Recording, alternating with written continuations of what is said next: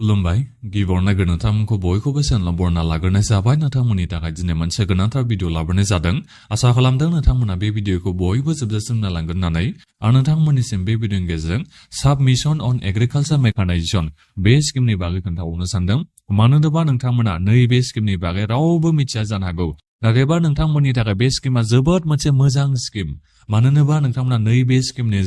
जेनेबा हमनानै लाबाय दायो ट्रेक्टर गंसेनि दामा दायो 10 लाख होननानै दा बे 10 लाखनि ट्रेक्टरखौ नोंथांमोना मात्र 3 लाख 4 लाखावनो नोंथांमोना मोननो हागोन मानो होनोबा नोंथांमोना बे स्किमनि जोहै 50% जागायजेननानै 80% नोंथांमोना साबसिडिखौ मोननो हागोन गोगोम नोंथांमोना साबसिडिखौ मोननो हाखायो आरो नोंथांमोना बेबादिल' सानो नाङा ट्रेक्टरनि थाखायल' नोंथांमोना साबसिडिखौ मोननो हागोन बेबादि नङा दै जेनेबा खेथि मावनायाव नोंनो मा टेक्न'लजिनि गोनांथि जायो बे गासिबो टेक्न'लजिनियावनो नोङो माने बायनो थाङोबा साबसिडिखौ मोननो हागोन नैबे स्किमनि जोहै जेनेबा हमनानै लाबाय माइ हाग्रा बिनिफ्राय माइ मारा होग्रा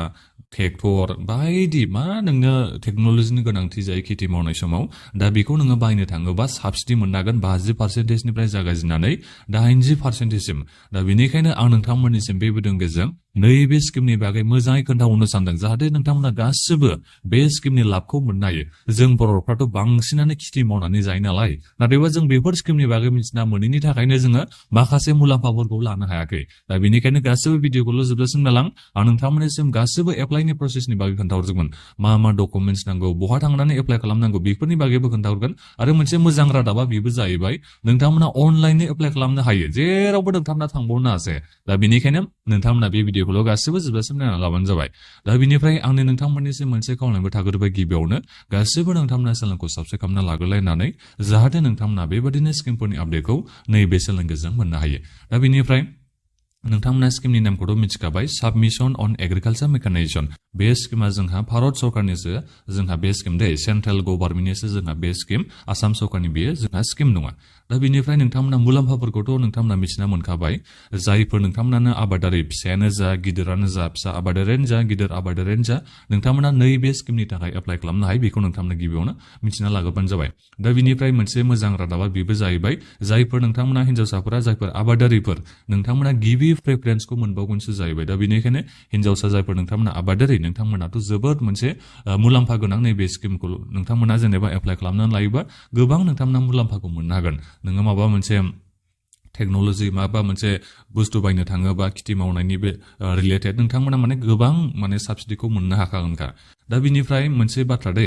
जायफोर नोंथांमोना SC ST केटेगरियाव गोलैयो जोंथ' माने ST केटेगरियाव गोलैयो नालाय दा बेनिखायनो जोङो 80%सिम जोङो साबसिडिखौ मोननो हायो नैबे स्किमनि जोहै दा बेखौ नोंथांमोना मिथिना लाबानो जाबाय जायफोर बिथांमोना जेनेरेल OBC बायदि बायदि बेलेग केटेगरियाव गोलैयो बिथांमोना 50%सिम बेबादिनो बिथांमोना साबसिडिखौ मोननो हायो नाथायबा जोङो SC ST केटेगरियाव गोलैनायफ्रा आरो हिन्जावसाफ्रा माने 80%सिम जोङो साबसिडिखौ मोननो हायो दा बेखौ नोंथांमोना मिथिना लाबानो जाबाय एग्रिकालचार मेकानाइजेशन माने नोंथांमोननि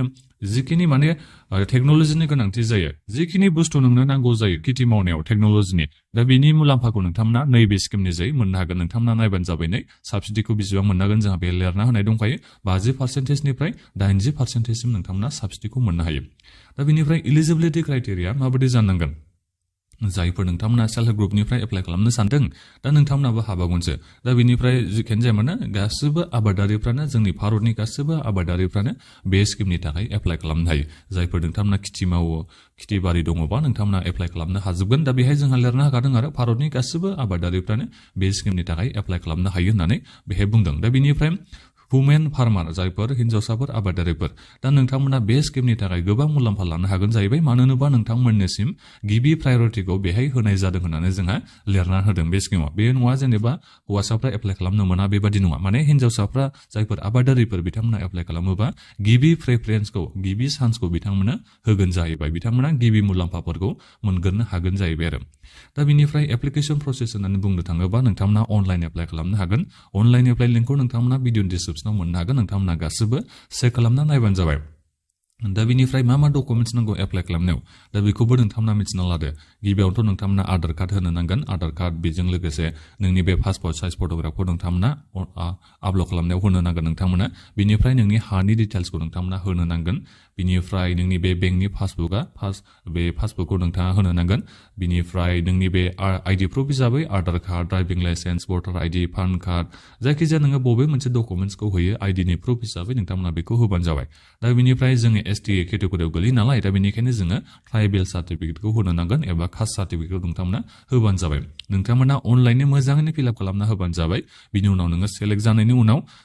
बेबादिथ' नङा नालाय गासिबो एप्लाइ खालामगिरि नोंथांमोनानो गासिबो नैबे स्किमनि जे मुलाम्फाखौ मोननो हागोन बेथ' नङा नालाय बिथांमोना सेलेक्सन खालामगोन सेलेक्सननि उनावसो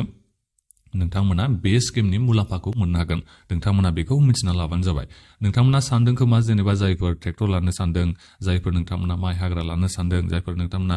मारा होग्रा लानो सानदों बिनि अनगायैबो बायदि बायदि नोंथांमोना खेथि मावनायनि माखासे नोंथांमोना टेक्न'लजि बाहायनो सानदोंबा एबा नोंथांमोना दायो बाहायनो थांगासिनो दङबा खेबसे नोंथांमोना बे स्किमनि बागै एसे मोजाङै बिजिरना नायबानो जाबाय नोंथांमोना एप्लाइ खालामनो नाजाबानो जाबाय नोंथांमोना जुदि बे स्किमनि मुलाम्फानि थाखाय सेलेक्सन जायोबा नोंथाङा जुदि ट्रेक्टर बायनो थाङोबा 10 लाख हमनानै ला दा बे स्किमनि नोङो एप्लाइ खालामनो मोनबाय नोंथाङा बेनिफ्राय सेलेक्ट जाबाय अब्ला नोंथाङा 50%निफ्राय लानानै 80%सिम नोंथांमोना साबसिडि मोननो हागोन अब्ला नोंथाङा ट्रेक्टरखौ जोबोद खमावनो मोननो हासिगोन आरो नोङो बेखौ 10 लाखनिबा 4 लाख 5 लाखआवनो नोंथांमोना मोननो हागोन 10 लाखसिमावबो नोंथांमोना मोनहैनो हागोन दा बेनिखायनो नोंथांमोननिसिम बे स्किमनि बागै खोन्थाहरनाय जाबाय मानो होनोबा जों गोबां मानसिफ्रानो बे स्किमनि लाभखौ मोननो हाया दाख्लैबावै जोंहा जोंनि बिटिसिआवबो माखासे मानसिफ्रा मोनदों आं बेखौ मिथिना मोननाय जादों जोंहा एग्रिकालचार डिपार्टमेन्टआ रानना होनायखौ आं मिथिना मोननाय जादों नैबे साबमिशन अन एग्रिकालचार मेकानाइजेसन बे स्किमनि जै माखासे टेक्न'लजि जायफोरखौ जोङो खेथि बाथि मावनायाव जों बाहायो दा बे मेकानाइजेसन माखासे माबाखौ टेकखौ रानना होनायखौ आं नुनो मोननाय जादों दा बेनिखायनो जायफोर नोंथांमोना गोसो गुदुं नोंथांमोना गिबियावनोथ' नैबे भिडिअ डिसक्रिपसनाव मोनसे होनाय लिंकआव नोंथांमोना थांबानो जाबाय बिनिफ्राय नोंथांमोना नैबे स्किमनि बागै आरोबाव मोजाङै चेक खालामना नायफैबानो जाबाय गिबियावथ' नोंथांमोना नैबे चेक एलिजिबिलिटि बेहाय नोंथांमोना थुनानै गावबागावनि एलिजिबिलिटि माबाखौ नोंथांमोना नायनो हागोन जेरै आं एलिजिबल नंगौना नङा आं एप्लाइ खालामनो थाखाय मोनथावना नंगौना नङा बेखौ मिथिनो थाखाय नोंथांमोना चेक एलिजिबिलिटियाव थुबाय बिनिफ्राय नोंथाङा are you a native of India जोंथ' भारतनि थागिबियानोखा नालाय येस होबाय बिनिफ्राय बेहाय फाइनान्सियेलि उइक नंगौना नङा बेखौ सोंदों येस होबाय बिनिफ्राय बेहाय बुंदों नोङो सिगाङाव सेन्ट्रेल सरकारनिफ्राय मायाबा स्किमनि बेबायदि साबसिडि स्किमफोरनि नोंथाङा लाभफोर लाखांबाय नामा होनना बेहाय बुंदों आंथ' जेबो लाफेराखै एग्जाम्पल महरै आं बेहाय येस होबाय बिनिफ्राय आङो दायो साबमिटआव थुबाय दा अब्ला आं बेहाय मिथिना मोनसिगोन आरो आं बे स्किमनि थाखाय मुलाम्फा मोननो हाथावा दा बेहाय लिरना होदों नै आं इलिजिबोलनो नैबे स्किमनि थाखाय एप्लाइ खालामनो थाखाय दा बेखौ नोंथांमोना बेबादि चेक खालामना नायफैबानो जाबाय गासिबो नोंथांमोना इलिजिबोलथ' जाखागोन बे स्किमखौ एप्लाइ खालामनो थाखाय नाथायबा बेसो आरो गासिबो एप्लाइ खालामनाय नोंथांमोनानो मोननाय नङा नोंथांमोना सेलेक्सन जागोन बिनि उनावसो नोंथांमोना मोनगोन अब्लाबो नोंथांमोना फ्रियावनो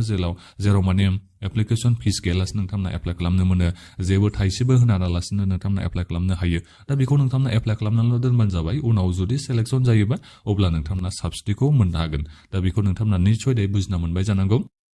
दा बेनिखायनो जायफोर नोंथांमोना एप्लाइ खालामनो सानदों नोंथांमोना गोख्रैनो नैबे स्किमनि एप्लाइ खालामना लाबानो जाबाय आं एप्लाइनि लिंकखौबो नोंथांमोना भिडिअ डिसक्रिपसनाव होनानै दोनदों दा बेखिनियावनो नोंथांमोना दानिया माबाफोर सोंनांगौ दङबा माखौबाफोर नोंथांमोना बुजिना मोनासैबा नैबे साबमिशन अन एग्रिकालचार मेकानाइजेसन बे स्किमनि बागै नोंथांमोना भिडिअनि बक्सआव कमेन्ट खालामना खोन्थाहरबानो जाबाय आरो नोंथांमोना सानो नङा बैसोआ बेसेबां नांगोन बिनि माबाफोर लिरनाय दं नामा होननानै बैसोनि जेबो खोथा गैया बेहाय नोंथांमोननि बैसोआ जेनेबा